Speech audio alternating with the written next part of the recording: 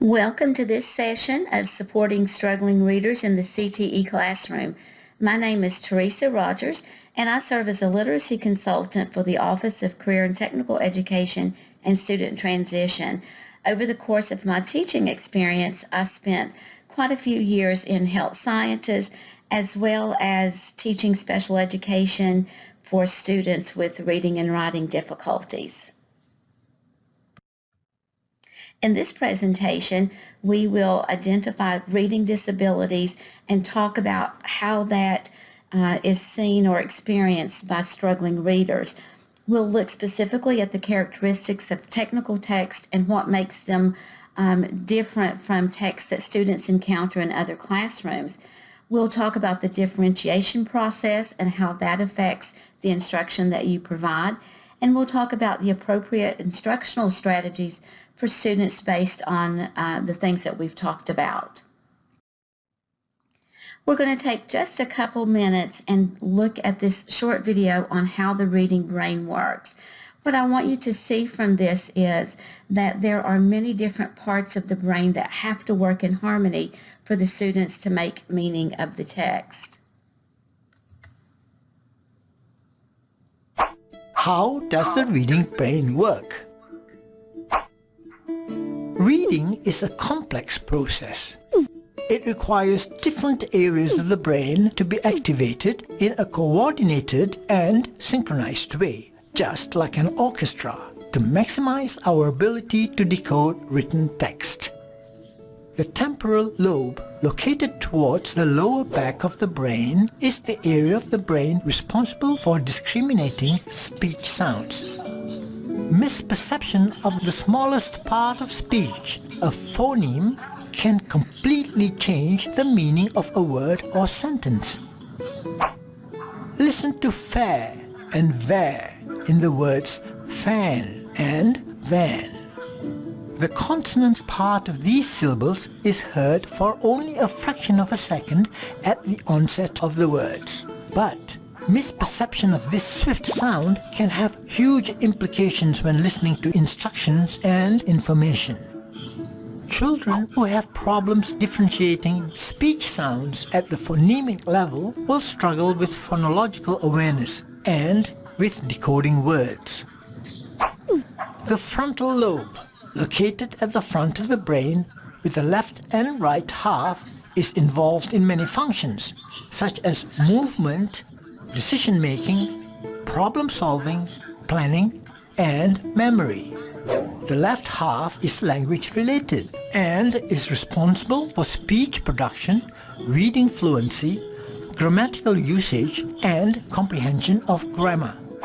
Children with grammatical comprehension problems also have difficulty with prefixes, suffixes, and complex grammatical sentences.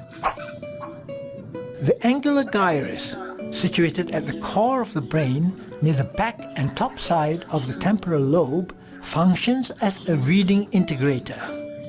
It is the hub that helps us convert visual input to audio output. If this part of the brain is not well developed, the child may not be able to relate the letters S, A, T to the word set, even though he might have used that word many times. These brain areas do not work in isolation. They act as parts of the brain's network. When you strengthen one area, it improves the entire network.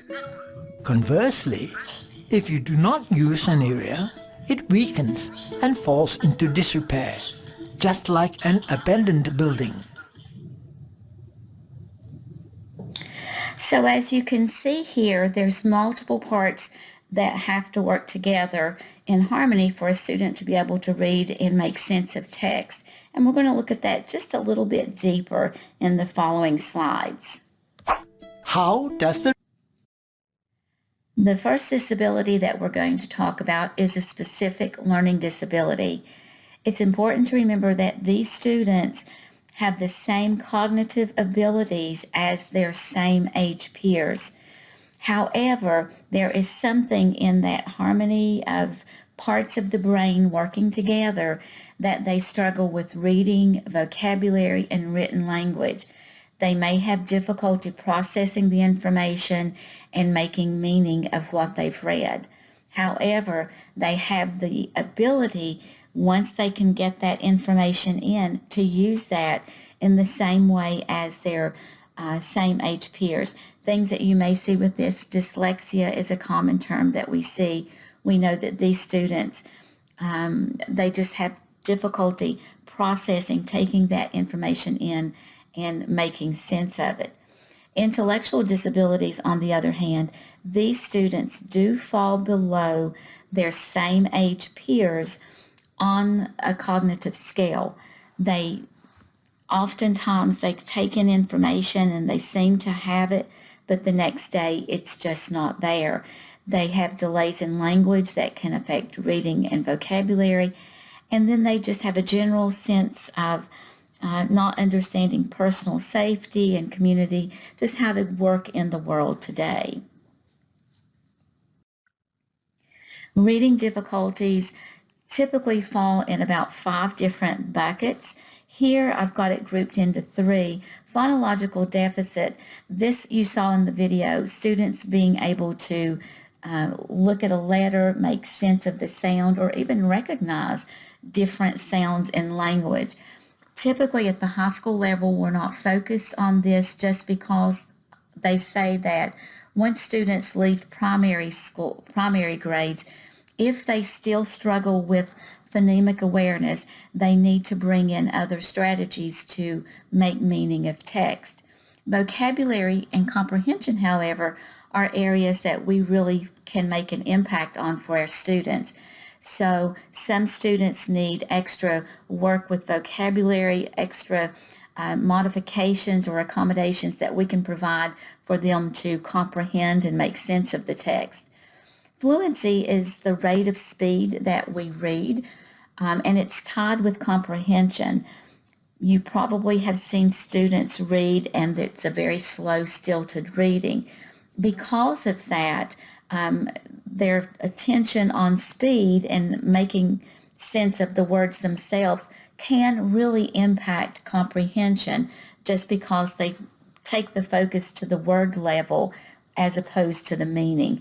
We can support fluency by letting students hear us read a short piece of text aloud pretty frequently in our classrooms, as well as students often think that they should read technical text in the same way that they read a short story, where you read something very quickly because the information is very easy for us to understand. However, we always need to let students know that when they encounter our text, we read those a lot differently, and that's oftentimes a lot slower, and we'll reread passages multiple times to make sure that we get the meaning of that. Here is a slide. I'd just like to think about what it would be like for students who struggle with phonemic awareness, what that might be like for them. We know that they see a letter, they may be able to identify the letter, but they cannot connect it with the sound. They may hear the word cat, and they cannot break that word apart into its individual sounds. So here I have a slide of just the introductory paragraph of the 3 Bears, and it's written in Japanese. And for a student with phonemic awareness, they may see the letters, they may be able to understand some of them, but they cannot put the sound to it, make that connection in their brain.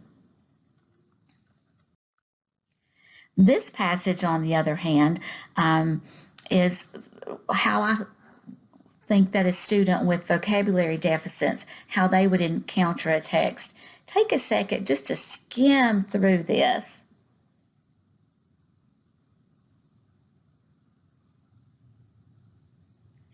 There are a lot of words here that I do not know the meaning of. I can sound them out and probably come pretty close. But because I do not know what all of these words mean, I'm not going to understand the text. When students encounter our text, it's totally new vocabulary. So think about how students would feel with the content that you share with them in your classroom. Comprehension, on the other hand, students have access. They can read the words, but they can't make meaning of it. Take just a second to skim through this and see what you think.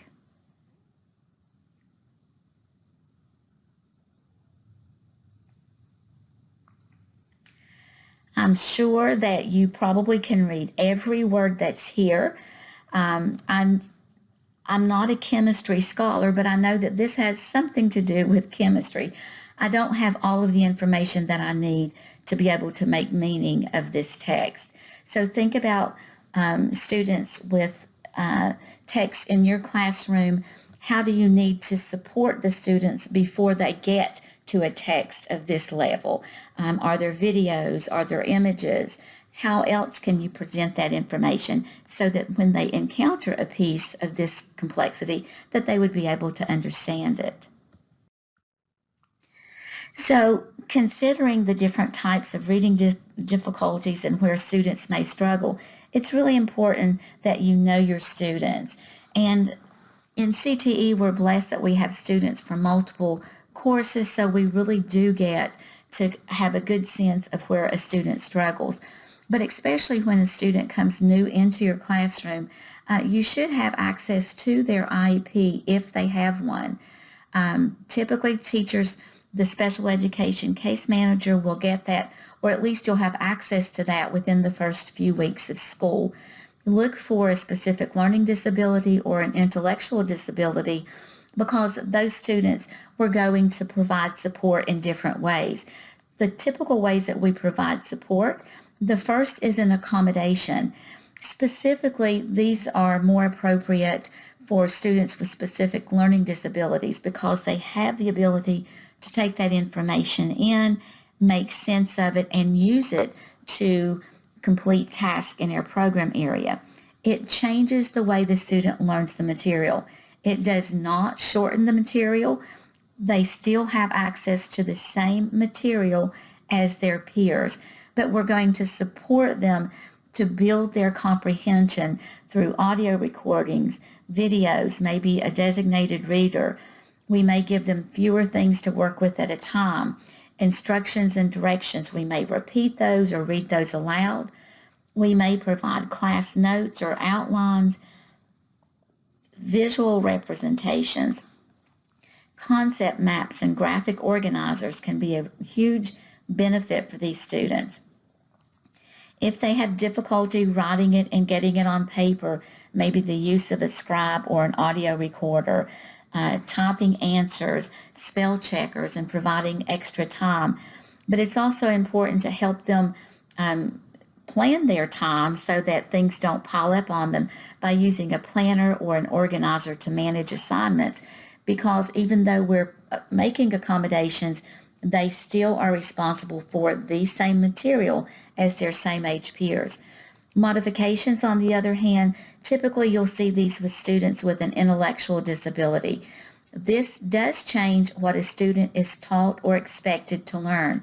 So it may be an alternative project or an assignment, different test questions, reduced vocabulary and content expectation, as well as they may be using a lot of the accommodations that we just mentioned. But think about your student. It's when we have students with IEP, it's not just the same things that we do with each student, but each student is going to have a little bit different need. We're going to take a moment and talk about what makes technical text difficult, and then we'll get into looking specifically at how that we can support students. When we think about content text, I'm thinking of anything outside of a technical text. It may be other textbooks, articles, stories, novels, anything that students may read. Purposes for these can vary. It may be to inform someone, to persuade someone, or to argue a point. It may be to entertain, just for pleasure. It's to a general audience. And the mode, it can be a narrative or a story type form. It may be informative or explanatory, and there may be pictures, but typically those are there oftentimes just to engage the reader, and they're often not necessary to understand the text. Background knowledge is helpful, but a competent reader should be able to have a solid understanding of the text. The author provides that background information, or if there's an unfamiliar word, they'll provide context clues to help the reader make sense of that. When we think of technical text, on the other hand, those are written to inform or to complete a task.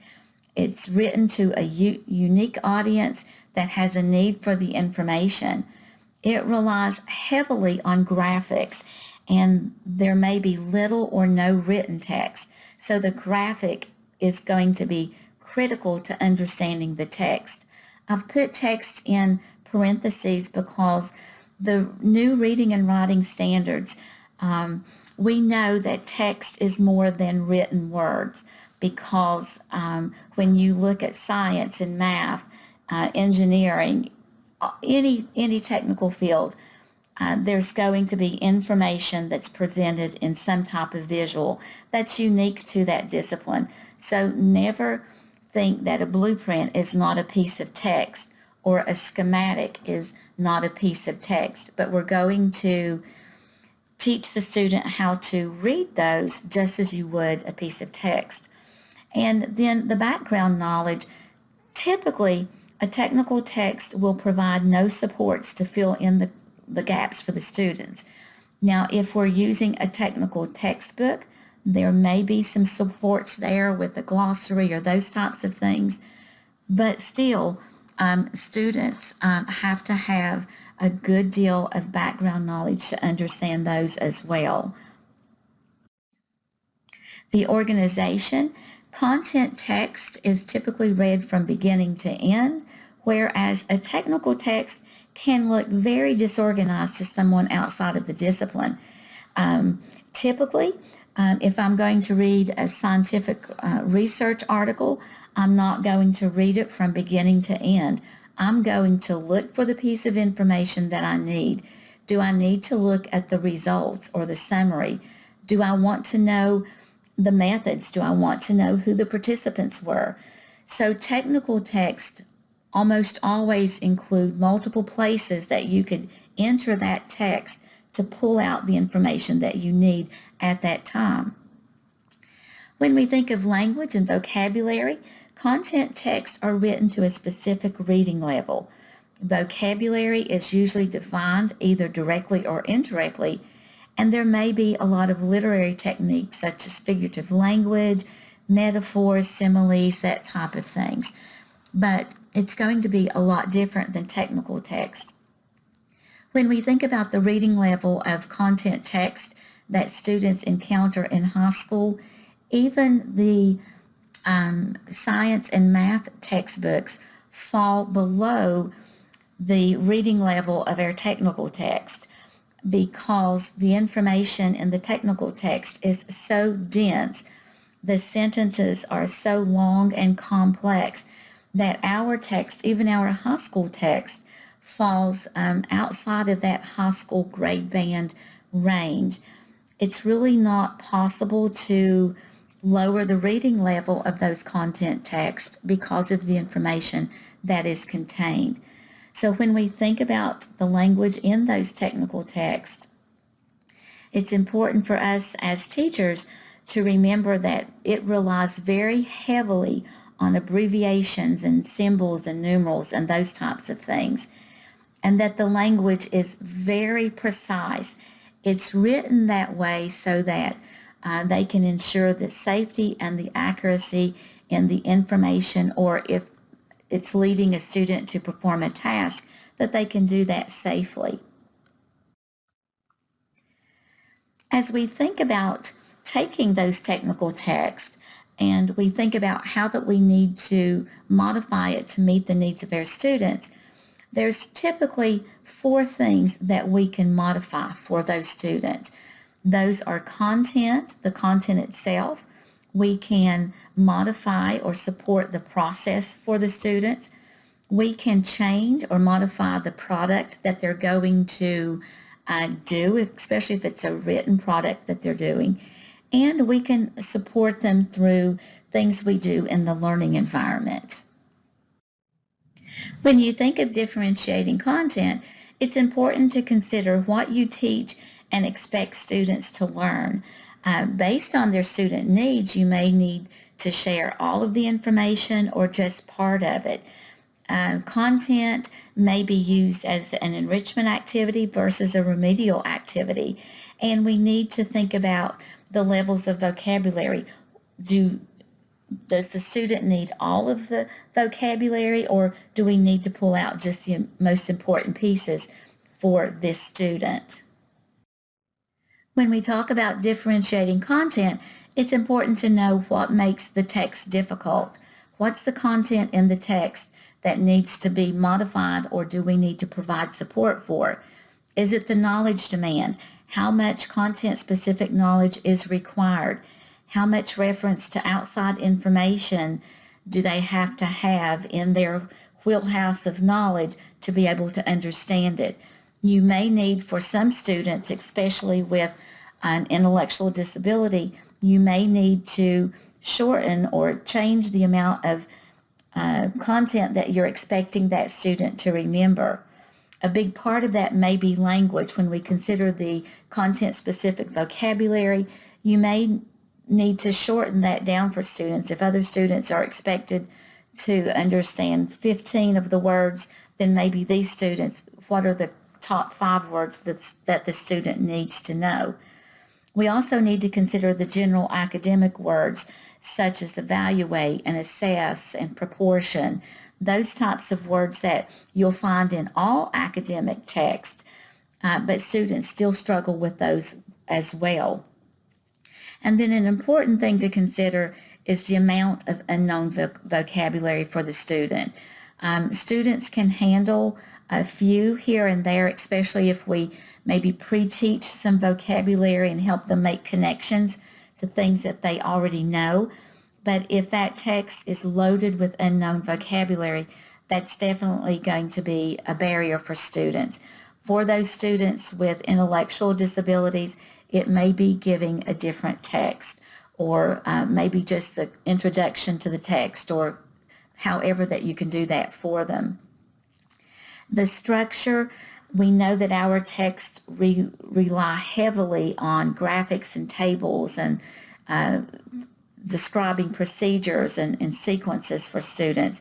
So how much of that does the student need? Do I need to modify how much, or do I just need to modify the process of how that I teach that? So once you've identified what part of the text is difficult for the student, you've considered, do I just need to change how I teach it, or do I need to modify the content in some way? We need to consider the process. What are we going to do with that when we actually are working with students? That's where differentiating the process comes into play. If we have identified the knowledge demands as a barrier for that student, then how can we build background knowledge? Can we share the information through videos and demonstrations? Can we start with an easier or a shorter piece of text to scaffold that like a ladder so that the student is progressing in a text difficulty as their background knowledge and their knowledge themselves increases? Graphic organizers such as a KWL or outlines or concept maps, those can be very helpful for students to pull out those key pieces of information and put it in a visual way that the student can make sense of. Another important thing we can do is chunk the text. How much of the text can a student handle? I typically did not assign a large amount of reading for my students at one time in my class. Rather, I would bring in an article or a piece of text that was relevant to the content I was teaching, and we would chunk it as a class for all of the students, because all students are going to need support with these unfamiliar texts. So chunking it and breaking it up into small pieces can give you an opportunity to model reading that piece of text for them, to talk about how to make meaning of it. It takes a very short amount of time, but the rewards that we can get for our students is really, really great. We can provide notes and outlines. We can review the important facts. We can highlight the information, either have students highlight the key pieces of information, or sometimes some students will need to do that for them ourselves. One caution on highlighting with students: if you ask a student to highlight the important pieces of information, they're probably going to highlight most of the text. They just don't have a good sense of prioritizing what's there. So if you choose to use a strategy or an accommodation like this, instead of asking them to highlight important pieces, maybe ask them to highlight 3 unfamiliar words to them. That way you're targeting what they don't know, and then as a class you can just identify what words that the class as a whole struggles with and provide some extra support that way. When we consider the language, we may need to pre-teach the vocabulary, especially when we talk about processes or tools or those types of things. We may need to show visuals of what that looks like when we're talking about diseases, especially skin diseases or things like that. Showing the visual of the anatomical structure, how that changes with the disease, can be very helpful for students to remembering what that is. We may need to clarify multiple meanings of words. A common one in anatomy that students would always ask, when we talk about the cervix of the neck, when they hear that word cervix, they think of the cervix of the uterus. So are there words that have multiple meanings, either in your content area or maybe in another content area? You do find that more often than we think. And we need to provide multiple opportunities for students to engage with vocabulary. We know that vocabulary is not taught once and then we move on, but students need multiple opportunities to work with those words. One good thing about our content area, we expect students to use that professional language, so they are getting multiple opportunities not only to read the word but to use it in speech in that real world authentic way. If structure is what makes the text difficult, we need to provide specific instruction.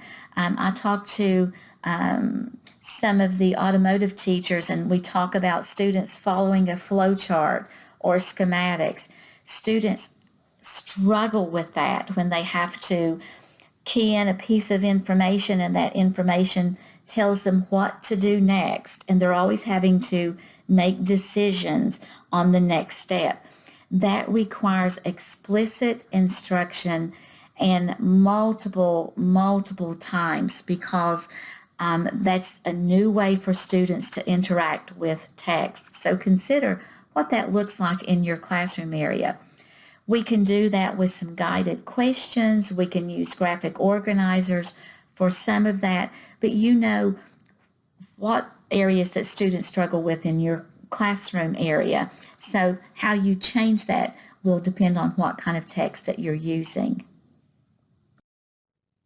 When we think of differentiating the product, we're thinking about how we expect students to demonstrate what they have learned or what they have read about. In CTE, we're always talking about authentic task. So consider what that looks like for your students. For students with specific learning disabilities, they should be able to do all of the hands-on tasks that the same age peers are doing. For some of our students with intellectual disabilities, maybe instead of them doing 50 tasks over the course of a class, they're going to hone their skills on 3 or 4 tasks. Again, that is an individual decision that you make with the art committee and the parents based on what that student's ability is. When we think about academic tasks, on the other hand, we have a lot more flexibility. What does that product look like? I often used text in my classroom, and students would demonstrate their learning with bell work. So maybe oftentimes during a week I would introduce a short piece of text, an article or something related to what students were learning that in that unit, and every day they would have a different part of that article to read. One day might be focused on an image in the article, and I would have a question for their bell work, and that would be their bell work, is they would write the answer to that question.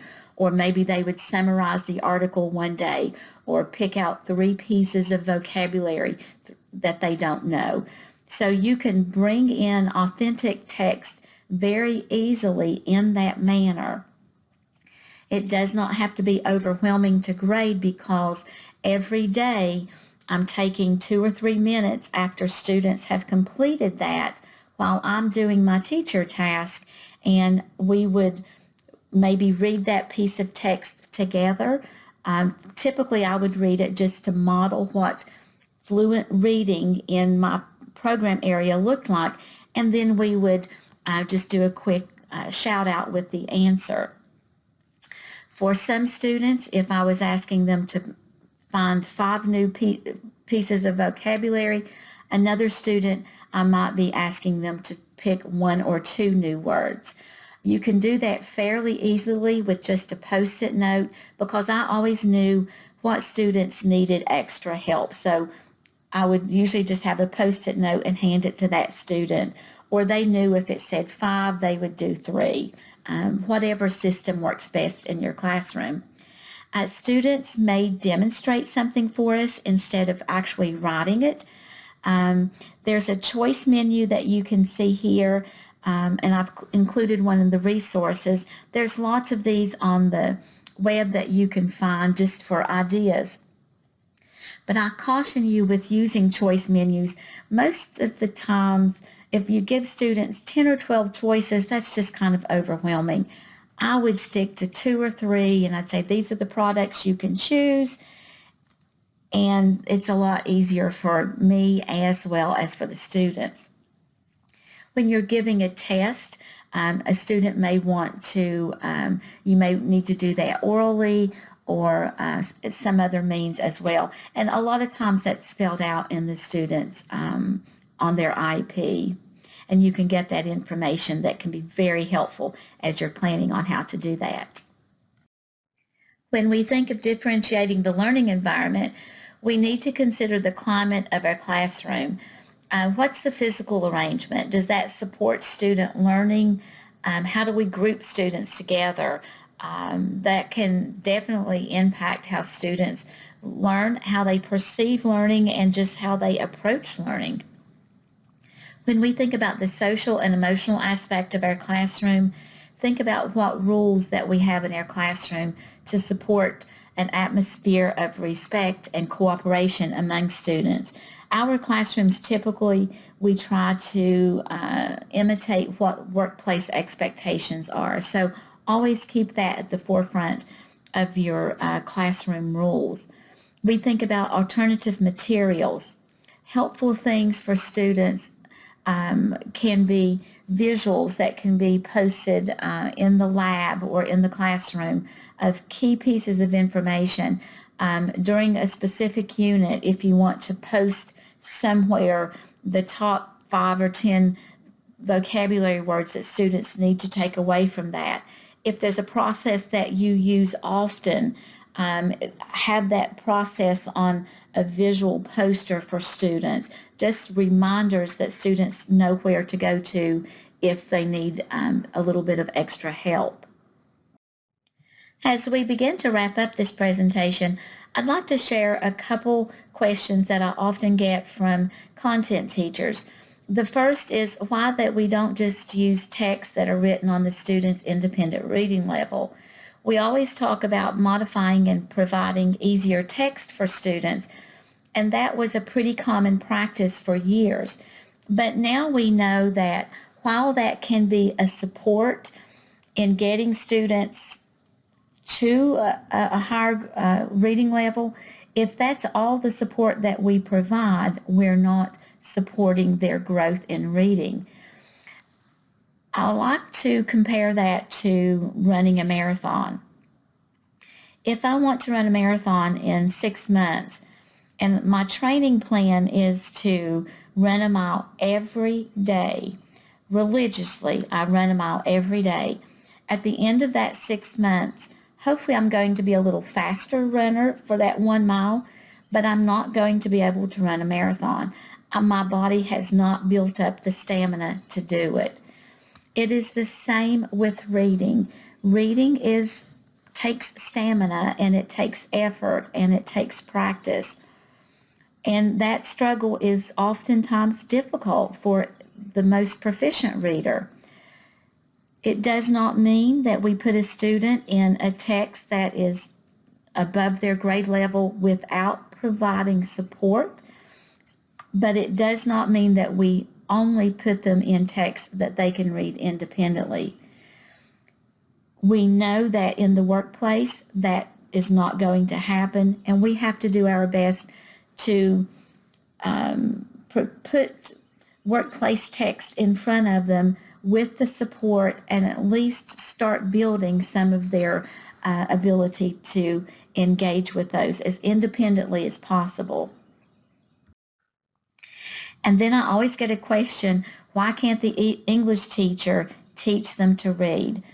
We think about the English teacher as a reading teacher, but in high school, the English teacher is an English teacher. English is a content area, just as health sciences is a content area. So I've got two different pieces of text here. The first one on the left, we have a sonnet from Shakespeare. I can read every word of this, but for me to pick out the nuances of this text, I am not an English teacher, and that is just difficult. I don't have the skill to do that. The same thing with the text on the right. We're talking about factors that influence the cardiac output. An English teacher can read every word of this, but are they going to be able to pick out the nuances, those connections between heart rate and stroke volume, those things that as a health science teacher, that's just that's second nature to us. So whatever your content area is, you are that expert, and we have to be the ones that help students make sense of this.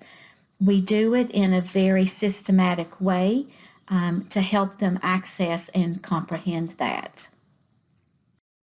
Finally, I've listed some resources in files that will be available along with this presentation. There is a sample bell work paper that I use all the time with my students. There's a choice menu, but there's lots of those on the web that you can find easily. And there is a text chunk organizer that I use pretty often just to kind of help break a piece of text up for students. So it just makes it visually chunked for the students.